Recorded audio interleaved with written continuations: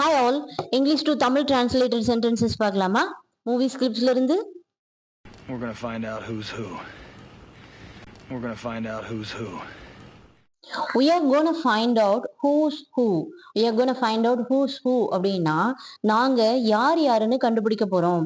நாங்க யார் யாருன்னு கண்டுபிடிக்க போறோம் அப்படின்னு அர்த்தம். Who's who is a contraction of who is who. யார் யாரு. Who is who அப்படின்னா யார் யாரு. Okay?